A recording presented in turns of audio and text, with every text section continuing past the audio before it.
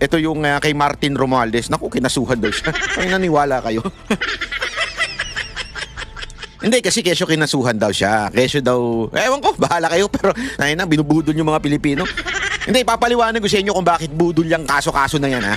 Kung bakit budol yan, okay? Ipapaliwanag ko sa inyo. Pero panoorin muna natin yung news para malaman natin kung ano ba talaga nangyayari. Totoo ba? Na kinasuhan na si pangalan nito, si Romualdez? Totoo ba yan? O ano na naman yan? Pambubudol na naman ni Marcos yan. Tingnan nga natin. Posibleng makasuhan ng gross. Ang inang yan. Simula pa lang budol na eh. Posible. Anak kayo ng wewe, oo. Posible lang talaga. Ha? Hindi pa sabihin, hindi pa kinasuhan. Posible lang. Taka, budol na naman ito mga kababayan. Excusable negligence si dating House Speaker Martin Romualdez kaugnay ng anomalya sa flood control projects. Nako pa! Ay kay Ombudsman Boying Rimulya, may pananagutan si Romualdez sa pagkakatalaga ni dating Ako Bicol Party List Representative Zaldi Co bilang Appropriations Committee Chairman na maniming kinalaman sa manualyang mga proyekto. Git ni Rimulya, kahit pinili sa plenaryo si Co, alam ng lahat na ito'y choice ng Speaker. Kaya naman posibleng isama si Romualdez sa mga kakasuhan ng gross negligence. Posible. Pinagkokomento na ng Korte Suprema si Pangulong Bongbong Marcos kaugnay sa petition writ of kalikasan na inihain ng ilang abogado at environmentalist dahil nga sa umunoy mga sablay at ghost projects ng pamahalaan. Batay sa inilabas na notice ng SEC-NBank, bukod sa Pangulo na kinatawan ng Office of the President ay pinasasagot din ng kataas-taasang hukuman ang Office of the Senate of the Philippines na pinamumunuan ni Senate President Vicente Tito Soto. Gayon din ang Kamara na nirerepresenta noon ni dating House Speaker Martin Romualdez at mga kontratistang nakakurba ng mga flood control projects mula sa pamahalaan. Mayroon lamang umanong 10 araw ang mga naturang respondents upang magkomento sa oras na matanggap nila ang notice ng resolusyon. Dahil nga sa balitang ito ay hindi nga nakapagpigil pa ang ilan sa ating mga kababayan na maglabas ng kani-kanilang hinaing at komento sa mundo ng social media. At ayon nga sa kanila, tama lang yan, kumilos na din po kayo. Supreme Court, sobra na po sila sa korupsyon, simot na ang kayamanan ng Pilipinas at may utang pa. Salamat sa Supreme Court, ipakulong ang mga magnanakaw ng bilyong-bilyong pera para sa taong bayan, makulong na sana sila. Tama, tapusin na ang issue ng pagnanakaw sa pera ng bayan, speed trial, ikulong ang may sala para hindi na tayo maghirap pa ng mahaba-habang 3 taon.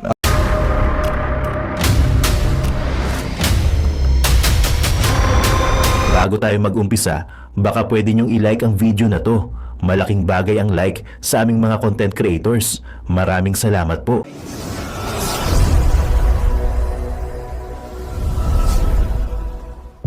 Hayop ka talaga! Ang ganda mong lalaki! Taka, budol na naman ito mga kababayan. Excusable negligence si dating House Speaker Martin Romualdez kaugnay ng anomalya sa flood control projects. Nako pa! Ay kay Ombudsman Boying Rimulya, may pananagutan si Romualdez sa pagkakatalaga ni dating Ako Bicol Party List Representative Zaldi Co bilang Appropriations Committee Chairman na maniming kinalaman sa manualyang mga proyekto. Git ni Rimulya, kahit pinili sa plenaryo si Co, alam ng lahat na ito'y choice ng Speaker. Kaya naman posibleng isama si Romualdez sa mga kakasuhan ng gross negligence. Posible. Iba yung kinasuhan at saka sa posibleng kakasuhan. Putang ina, lokohan na naman tayo nito. Gago! Alam mo yung nakakainis? Ito seryoso ito. Alam mo yung nakakainis? Yung kunwari nagloloko na yung mga jowa ninyo, nagloloko na yung mga asawa ninyo. Tapos, mas lalo pang lolokohin ka, sasabihin kesyo, wala naman yun, nag-date lang naman kami nung best friend mo, nag-date nung best friend mo, para pag-usapan ka. Alam mo yun, yung bambagang huli mo na may ginagawang hindi maganda, merong bet ka, tapos yung best friend mo pa, tapos ang palusot pa, hindi, lumabas lang naman kami niyan para pag-usapan ka. Kasi we're preparing a birthday party, ganun. Yun yung nakakabuisit di ba? Yung harap-harapang hang ginagago, preparing birthday party, nakapatong ka. Gago! Yeah, parang ginaganyan tayo nito ni Remulye. Para bagang sinasabi, hindi, pwede, posible makasuhan, posible. Para bagang para bagang sinasabi, para lang kasi, syempre, everyone demands na makasuhan si Romualdez, di ba? Lahat tayo, marami, anumang kulay mo, gusto makasuhan si Romualdez. Pero gayon pa man, para lang masabing may ginagawa ang presidente kasi under ni Marcos itong itong ICI, di ba? So kinasuhan ng ICI dito sa ombudsman just to to satisfy yung ating ninanais na makasuhan si Romualdez. Sasabihin na, oo, posible yan. Posible makasuhan yan. At ang malala, yung details nung ikakaso sa kanya. Kaya sabi ko, pambihira itong si Remulla talaga. Kakaiba itong magbasa ng batas. You can bend the law talaga. Para sila ko at dating DPWH Secretary Manuel Bonoan. Wala pa namang tugon ang kampo. Uy, may kwento ako dyan kay Bunuan. May nalaman ako. Gusto nyo sabihin ko? Eto, mga... Kayo na. Hindi ko na mabanggitin, pero binabati ko po yung nagkwento sa akin. Hindi ko na kaipapangalanan. Baka sabihin... May nagkwento sa atin na talagang malapit, ha? Ninong. Yan, Ninong nila yan. Yan, gano. At talaga... Ayoko magsalita. Ayoko magsalita kasi delegates. Kasi ito daw si Bunuan. Mabait daw to. Palabigay daw ito. Noon pa lang. At yung matindi daw. Hindi, ito na lang. I-lifestyle check nyo. Huwag kayong maniwala na yung bahay niya pa rin dati. Sabi ko sa inyo, alam ko kung saan yung bahay niya. May nagkwento sa akin. May nagkwento sa akin. Talaga itong nagkwento sa akin na to, kilalang kilala ito. Dikit, ganun yun. I-lifestyle check nyo na lang. Yun lang sa akin. I-lifestyle check nyo na lang to si Bonoan. Ni Romualdez. Mga kapatid, So ayan na nga daw. Posible daw kasuhan. Ang tanong, ano ba yung kaso na yan? Di ba? Ano ba yung ikakaso na sinasabi na yan? Kasi, alam mo na, ito. Sandali. Ito, ipapakita lang natin. Ito. Chotomate. Ayan, wait lang. Oh. Ito. Itong si ombudsman. Nakman tutya. Talagang feel na niya yung pagiging ombudsman niya. Ayan, ito. Pakinggan nyo ito. Dito kayo matatawa doon sa kaso. Hindi, ito. Sabi ko nga, abogado ba ito? Tingnan ninyo. The discussion earlier with former Secretary Singson and Justice Reyes. And it's some of it can be attributed to gross inexcusable negligence, if I'm not mistaken. Being the Secretary of Public Works, it was his job to make sure that things happen properly. I think that's one of the recommendations is really to charge them with gross inexcusable negligence. The same case that will be filing against probably... Gross negligence, parang ganon. Unexcusable negligence. Yung sinasabi, yun yung ikakaso kay Bonoan. Okay? Kasi para bagang nangyari ang lahat ng katiwalian sa ilalim ni Bonoan.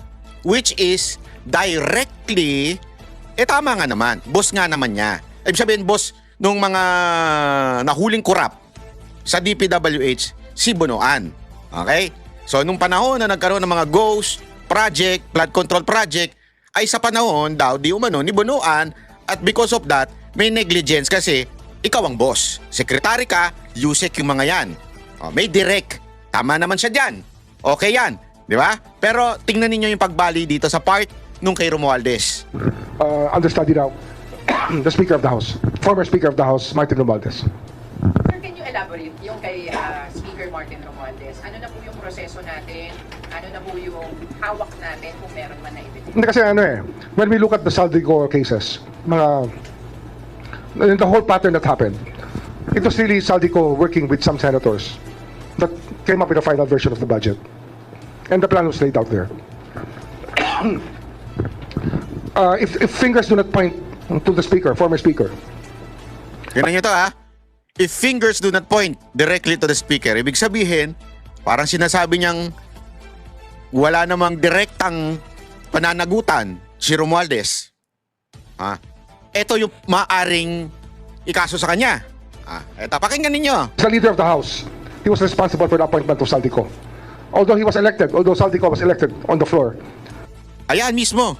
Sinasabi niya, he is responsible with Zaldico. So para bang sinasabi nila pag nag-guilty si Zaldico, responsible si Romualdez. Pero merong problema eh. Yun nga mismong sinabi niya. Ano yun? That Zaldico was elected. Although it was the choice of Romualdez bilang speaker, pero remember, kahit ba choice niya yan, Sa batas, hindi ganun. Sa batas, binoboto yan ng House. So, walang direct na appointment kasi by law, the chairman of that appropriation or that committee is voted. So, walang direktang sa batas na may pananagutan si Romualdez. Although in the eyes of the people, and we all know by theory na talaga naman ina-appoint o sinasabi ko anong desisyon ng speaker, yun ang masusunod. Kaya lang, hindi naman po kasi ganoon ang batas. So therefore, para bagang sinasabi, oo, in theory, may pananagutan si Romualdez, but hindi yun ang hinahanap natin, yung theory. Ang problema, hinahanap natin, mananagot ba siya sa batas? Walang ganun eh. Kasi nga, the law says, binoto siya eh. Binoto siya ng House. So, yun lang ang sinasabing kasalanan ni Romualdez. Nagigets ninyo? So, para bagang sinasabi nito ni Remulla na yun lang ang kasalanan ni Romualdez. So, sa madaling salita, technically, lulusot si Romualdez. Technically, no law na magkukunbi kay Romualdez. Kasi hindi naman pwedeng sabihin sa korte, theoretically, si Romualdez ang namili. Siyempre, i-argue ngayon ng lawyer ni Romualdez. No, walang theory. Ano ang fact? Ang facts ay ang chairman ay binoboto ng House. So lusot siya dyan. Sa ganyang klaseng accusation o sa ganyang klaseng kaso na iaano nito ni Remulla, ay lulusot si Romualdez dyan. So moro-moro, yung kaso na yan. Everybody knows that it was the speaker's choice. That's why we have to hold him accountable for that. It's a novel theory. I know we're crossing the boundary of normal legal theory. Ayan, siya na mismo nagsasabi, alam naman natin na theory lang yan. Oh. So ibig sabihin, hindi pa pwedeng kasing ganun. Sa korte, hindi pa pwedeng theory mo lang. How can you, sabi nga di ba meron nga tayong kasabihan sa korte na it's not what you know, it's what you can prove. Napaka-importante ho nun mga kababayan sa batas, sa korte. So feeling ko lang ito ang aking opinion, kakasuhan si Romualdez. Pero yung kaso, mahina. Kasi hindi pwedeng mag-apply sa kanya yung sinasabi nitong gross negligence na katulad nung kay Bonoan. Kasi kay Bonoan, directly, may say siya sa USEC, may say siya sa ASEC. Kasi siya yung secretary, direkta. Hindi yung pinagbobotohan nung buong departamento niya. Hindi, siya mismo namimili. So kung may gawing kasalanan yun, maaari na merong gross negligence. Pero dito, ika-counter-argue lang nung abogado ni Romualdez, sandali, walang ganyan. Hindi in-appoint ni Romualdez yan. Yan ay pinagbotohan ng House. So walang direktang pananagutan si Romualdez. Tapos ang kaso, lusot na naman si Romualdez dyan. But, syempre, palalabasin yan. Lalong-lalo na yung si Aling Claire, palalabasin yan. O, kinasuhan yung pinsan ha. Hindi pinrotektahan ni Marcos. But in reality, yung kaso na yan, sasablay. Kasi may mga ganyang may mga ganyang strategy na mga lawyers, di ba? Magpapakaso ng mahina, babaliin ng konti yung ebidensya para ma-dismiss. Ngayon, hindi mo na uli pwedeng ikaso with the same case. Di ba? Hindi na pwedeng ulitin yun. Pero in reality, binali mo lang. Sa bagay, sabi nga ni Remulla, you can bend the law and not break it. Gago! Eto kaya yun? Bending the law and not breaking it? Yes. Sasabihin mo, may pananagutan si Romualdez dahil siya namimili. Choice niya yan. Pero in reality, hindi niya choice. Kasi may butang naganap. But we have to stretch it a bit. Kasi nga, damage, the whole government machinery and the Filipino people suffered damages due to the acts of Saldico. And if there's nothing criminal about it, then it's negligence at least. We have to go there. We have to go we have to tread that path already. That nothing is excusable here. At the least, negligence should be charged against those who were responsible for their offices. Ano yan Leadership principle yan The buck stops with you. So meron ba tayo mga ipapatawag na mga tao? Leadership principle. Okay. Pero hindi mo mapapakulong siya dyan. Kaya nga, ito hindi ko maintindihan Para bagang sinasabi ni Remulla na walang direktang kasalanan si Romualdez. The only sin of Romualdez is pinili niya si Zaldico bilang chairman ng appropriation. Choice niya. Pero sa batas, walang ganun. Halimbawa ako, gusto ko lang ito. Gusto ko siya ang maging susunod na presidente. O kare, ikaw, presidente ka. O, choice ko tong vice president ko. Halimbawa lang, tapos nagloko yung vice president mo. Pwede bang ako sa sayo yun? Kahit ba choice mo lang yun, nagkaroon ng botohan? Mali. So parang ganun lang ang sinasabi ngayon ni Remulla. Na parang, hindi, wala naman siyang direktang but may pananagutan siya. Hindi in the eyes of the people. May pananagutan siya. Ito yung simpleng hirit na hindi para lang maakusa. Hindi para lang para lang siya masabing may ginawa kami kinasuhan namin kaya wala na kami magagawa kasi korte na magsasabi kung may kasalanan yan. Pero ano yung kinaso ninyo? Palpak yung kakaso ninyo. Kung kakasuhan nyo nga may question pa nga na kakasuhan ninyo kung kakasuhan nyo ba talaga, kung tutuluyan nyo. May question pa nga doon. Wala pa yung mismong kaso na ang ikakaso nyo lang ay parang kasi ginusto ni Romualdez na maging chair yan. Anong klaseng kaso yun? Investigation naman po, yun nga po, Speaker Romualdez, VP Zaldico, yung mga staff niya, paano po ba natin nakikita yun? Well, we're trying to locate Gutesa if he's going to go back to, Ayun na naman si Gutesa. testify. But we don't know yet. We're looking at all the narrations as a whole. As a whole. All the narrations from the beginning of the Senate trials that led to these revelations. All of them will be used in putting up the theory of gross excusable negligence. Kasi nga, you're the leader of one house, and the other house is led by Senator Chis Escudero as Senate President. And they were able to come up with that budget, which included insertions, which included diversions of money from what was supposed to be to what became. So that is, if it's not criminal, then it must be negligence. It must be one of them. It cannot be completely. Nobody can be completely blameless for that. Sir, Senator Chis Escudero, paano na po yung investigation sa kanya? Ongoing, we have statements leading of a money trail leading to him, narrations of fact that are there already. But of course, we want to buttress. Tignan ninyo ang laki ng pinagkaiba. Hindi, dito, pansin mo na kagad Nung tinanong na, yung tungkol kay Chis Escudero, meron na siyang money trail, hindi na gross negligence o hindi na may pananagutan siya kasi siyang Senate President at that time. At because of that, nagkaroon ng insertion during his term. Diba? Hindi na. May money trail na, may mga ebidensya na, may mga na. Pero kay Romualdez, hindi, lang siya, meron lang siyang kasi siya yung head ng house. Kita niyo yung difference? Ang mukhang mababaw yung ikakaso kay Romualdez, tapos kay Chis, ayun na, yung mga kaso-kaso nila. Napaka-obvious. Sabi ko, tangina, kung hindi mo talaga hihimayin yung nangyayari, maloloko ka talaga Yung alam mo yun, madideceive ka. Sandali, niloloko tayo nito lupit mo talaga, Remulla. With other evidence, which we're looking to right now.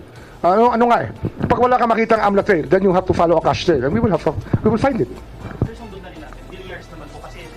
Ayan. So, ayan po yung issue patungkol kay Romualdez kung talaga bang sila ay makakasuhan o moro-morong kaso lang yan. Wala natin. Pakiintin na natin ng mga darating pang araw. Basta tayo mapagmatsyag, wag tayo pinagbobula.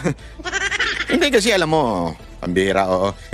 Kung siguro yung mga tatanga-tanga ninyong vlogger, maloloko ninyo, wag kaming banateros. Yung mga followers natin dito, matatalino yan Hindi mo maloloko yan. Marami dito, matatalino talaga Mga iba pa nga dito, mga bumabati sa atin. Uy, followers mo ako Tapos pag tinanong mo kung anong profesyon nila, doktor sila, abogado. Meron pa, mga opisyal ng PNP. Magugulat ka talaga Hindi ako, nagugulat ako pagka ganun. Sabi ko, pambira, minasabi kaya ako hindi maganda. Alam mo yun? Tahimik lang sila Tahimik lang mo sila pero nandito sila nakikinig yung mga kababayan natin dyan. Marami nagme-message sa atin dito anyway, ito. Panoorin natin itong, naku po, sabi ko nga ba, malaking issue ito Diba? Sobrang laki na talagang kailangan pakialaman ng Malacanang. Gago! Ganito katindi itong issue na ito. Talagang it's a nationwide approach. It's a nationwide that can really affect the country. Pakinggan po natin. Ito yan. Gusto mo talaga ng Tito Sen, gusto mo talagang laglagan? Gusto mo i-reveal ko na mula 2013 kung sino po yung kabit nyo, Tito Sen? Nako po, patay Okay, tayo. okay ba sa iyo, Tito Sen? Ano? Gusto mo sabihin ko na kung sino yung kabit mo mula 2013 na pinalakad mo sa akin? Patay tayo. Sabihin mo lang, Tito Sen, at ano ko na, Ah, i-box reveal ko na. nako po. Sasabihin ko na sa taong bayan kung sino yung kabit mo mula 2013. Ako, kilala ko. Ay, di ko alam. May hula ako kasi may nagkwento sa akin kanina. May nagkwento sa akin kung sino yun. Naku po, mamaya papahula ko sa inyo. At ang makahula ng tamang sagot, merong premyo. Ano? Kayo na ang reyna at hari ng mga chismosa. Gago! Oo. Mamaya. Sige lang, banatan nyo lang ako. Ay, binabanata kita. Binabanata kita. Anjo, walang niya ka. Hayop ka. Banatan daw siya. Ilalabas niya yung kabit ni Soto. Banatan natin si Anjo, ha? Mga kababayan, pwede ba banatan natin si Anjo? Araw-arawin natin siyang banatan para ilabas niya yung kabit di umano ni Soto. Marami pa akong ilalabas. O, ayan, banatan natin si Anjo. Anjo, walang niya ka, animal ka. Ilabas mo na yung kabit. Anong date ngayon? 2025. Sino daw yung kabit? Gusto mo talaga ng Tito Sen, Tingnan natin yung clue, ha? gusto mo talagang laglagan? Sabihin ko sa inyo kung... Ayoko na. Gusto mo i-reveal ko na mula 2013 kung sino po yung... Naku, 2013.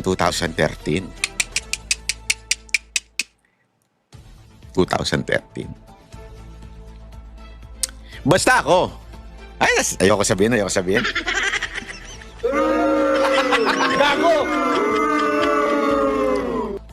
2013. Okay, that was... ilan taon din yun? Mula ngayon, 25 na ko. 2013. Merong umalis sa Bulaga nung mga panahon na yun. I-google ninyo. At etong tao na ito ay di umano. Ha? Naging issue na nun.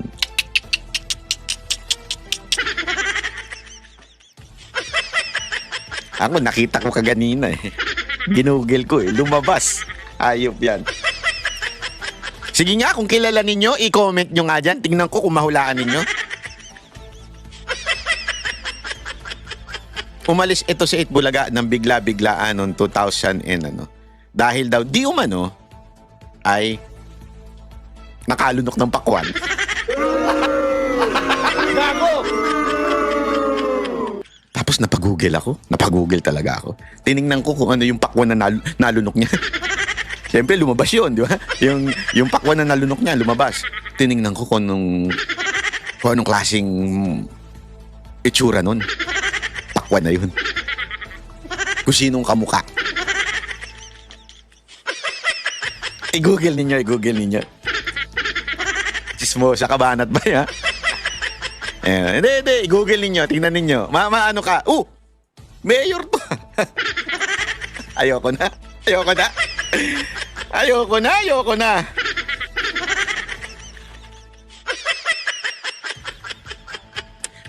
Banat bay, ba't mo naman sinabi kanina national issue yan?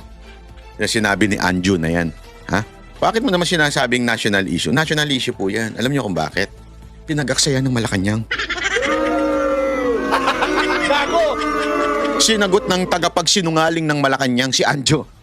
Ganong national concern ito. This is it's a national issue. Kaya mismong tagapagsinungaling ng Malacanang ay sinagot si Anjo. Ayan sabi. Ay, sorry, hindi yan. Ayan. Ayan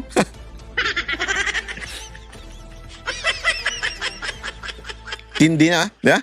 Anjo Ilana, binira ni Yusek Castro, walang kredibilidad, nangangamoy DDS. Ang inalahat na lang DDS.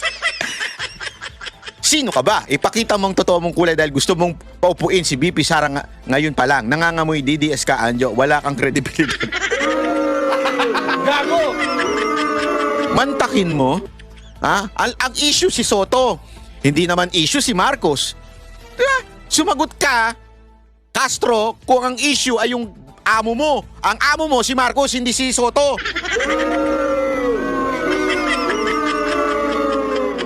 Ang bihira ka, oo. Si Soto na ba ang, nagtatrabaho ka na ba ngayon sa Senado? Ikaw na ba ang tagapagsinungaling ng Senado ngayon? Pati ba naman yan sinasawsawan mo? Alam mo, eto lang, nung nabasa ko to, akala ko fake news. Walang biro, akala ko talaga fake news kasi ako maingat ako sa fake news. Ayoko yung fake news eh. Pag may talaga, ginugoogle ko talaga, hinahanap ko yung talagang source. Hindi lang yung basta shinare ng isang tao, yun na yun. Hindi, hinahanap ko talaga bang nangyari, sinabi ito, talaga bang lumabas to sa balita. Ako hinahanap ko talaga ito, sabi ko, pambihirang buhay. Totoo pala. Natawa ako eh. Sabi, seryoso ka ba? Seryoso ka ba yung si Castro? Pati ba naman yung issue ng mga kabit? Ikukunik mo pa rin kay Duterte. Gago! Ama naming Diyos na makapangyarihan sa lahat, salamat po sa iyong pagmamahal na hindi nagmamaliw.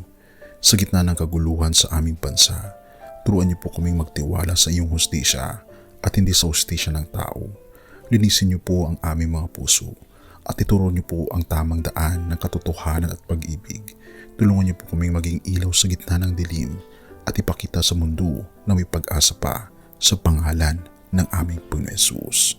Salamat po sa pag-ibig po ninyo at salamat sa pagdinig ng aming mga panalangin at iligtas niyo po kami.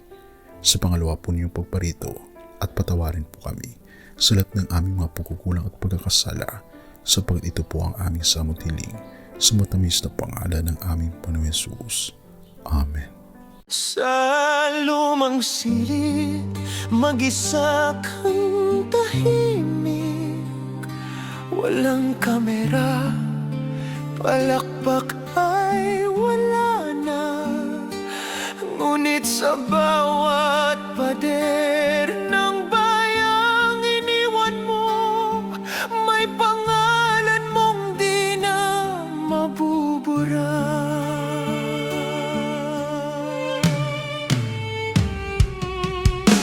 Minsan kang naging balikat ng mahihina, kalaban ng takot, kakampi ng masa.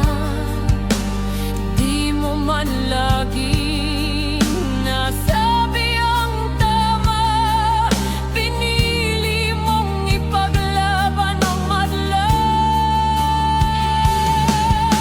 Hindi ka sakdal gaya naming lahat, pero tumindi ka ng walang pag-atras. At ngayong pagod ka na, tatay, kami naman ang sasalo ng bawat bigat.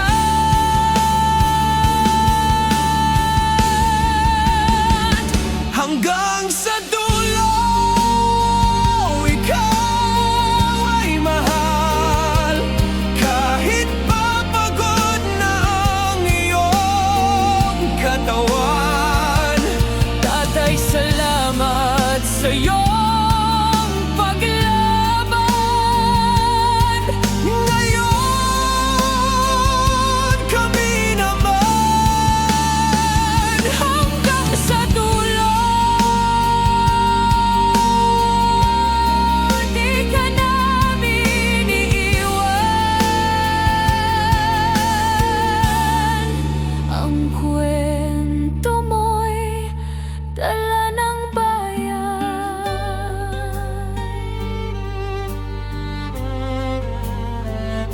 Tahimik ka na sa mga batikos, wala nang tugon, wala nang galit, pero sa mata ng mga maralita, naroon pa rin ang tapat mong alaala. Marami mang di nakaintindi, marami pa rin ang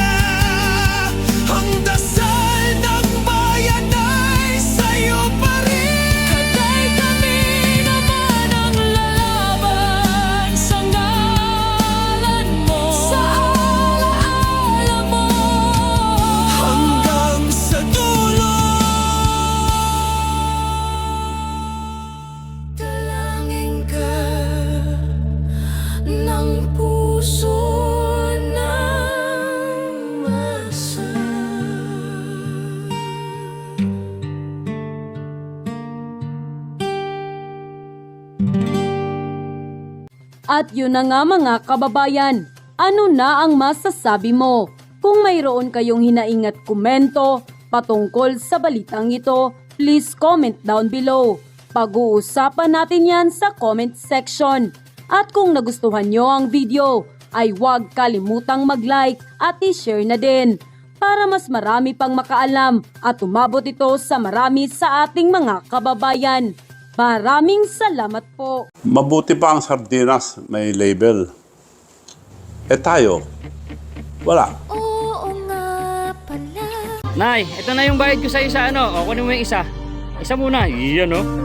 Tapos, isa pa, di ba? 4 dapat na sardinas, eh. O, yan. 3 na. Pang-4 na sardinas. Okay na.